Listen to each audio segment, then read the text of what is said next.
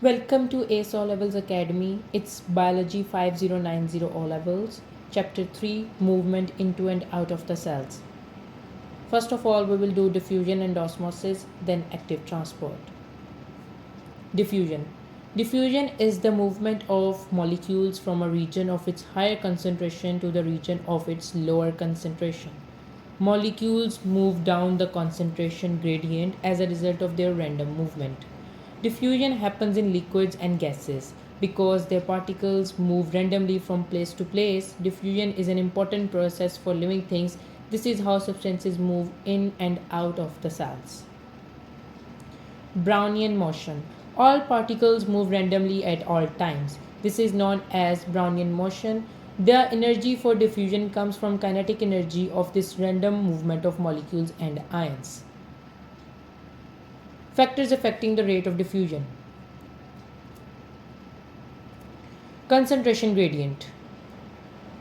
The concentration gradient is the difference in the concentration between the two regions. The greater the concentration gradient, the faster the rate of diffusion. This is because there is a greater difference in concentration that needs to be balanced out. Second one is the molecular size. The size of the molecules that are diffusing also affects the rate of diffusion. Smaller molecules can diffuse faster than larger molecules because they are able to move more easily through the spaces between other molecules. Temperature. The temperature of the system affects the rate of diffusion. Higher the temperatures increase the kinetic energy of the particles, causing them to move faster and increasing the rate of diffusion. Surface area. The surface area available for diffusion also affects the rate of diffusion. The greater the surface area, the faster the rate of diffusion. This is because there are more spaces available for the particles to move through. Distance. The distance between the two regions also affects the rate of diffusion.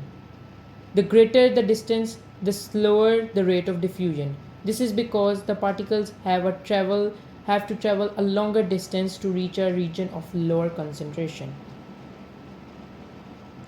Osmosis. Osmosis is the net movement of water molecules from a region of higher water potential to the region of low water potential in the concentrated solution through a partially permeable membrane.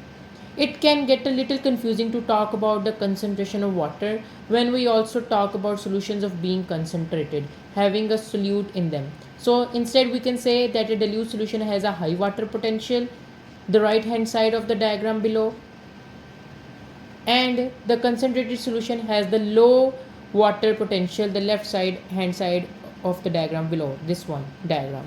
This one is the low water potential and this one side has the higher water potential. So for balancing it, more water will go from this place to this to make a water potential balanced. Read this diagram carefully to get the concept. Water potential. What does it mean? Water potential quantifies the tendency of water to move from one area to another due to osmosis. Solutions.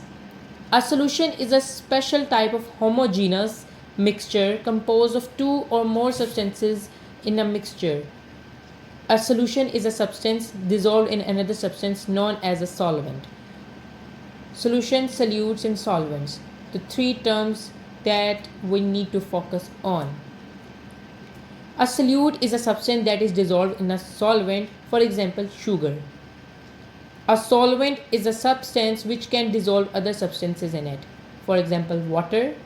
A solution is a result of dissolving a solute in a solvent, means a mixture, for example, sugar water.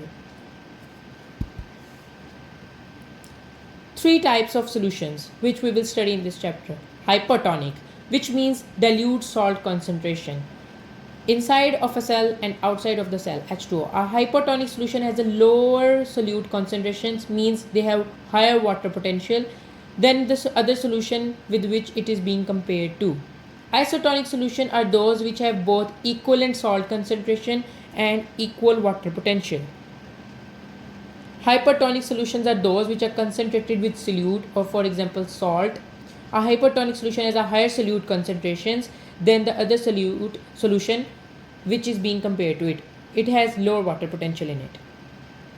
Cells in different types of solutions. First of all, we will do an example of animal cell, which is red blood cells. In isotonic solution, water is moved in and out equally, so it behaves normal. No change in its shape. In hypotonic solution, there is more water content outside the cell when we place a red blood cell in the hypotonic solution, in which water potential is higher, so the water will move into the cell, which will cause it to burst. And the third one is hypertonic solution. When we place a red blood cell in hypertonic solution, the red blood cells will shrivel, or the process named crenation, which means the water moved outside of the cell because low water potential is in the solution. So water moved outside of the cell. It shrunk or shriveled or crenation process. For plant cell in isotonic solution, it becomes flaccid. But in hypertonic solution, water moves into the cell as it has low water potential compared to outside, so it becomes turgid, means more pressure on the cell wall. In the third one, in a hypertonic solution, cell becomes shriveled. Plasmolysis, also named as being shriveled, as this membrane is separated from the cell wall because of the lack of water in the cell.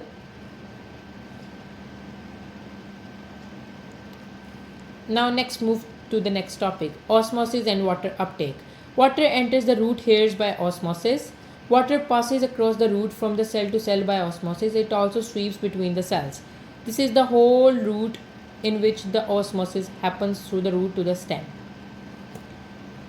Water is drawn up to the xylem vessels because transpiration is constantly removing water from the top of them. Now let's do the active transport. What is meant by this?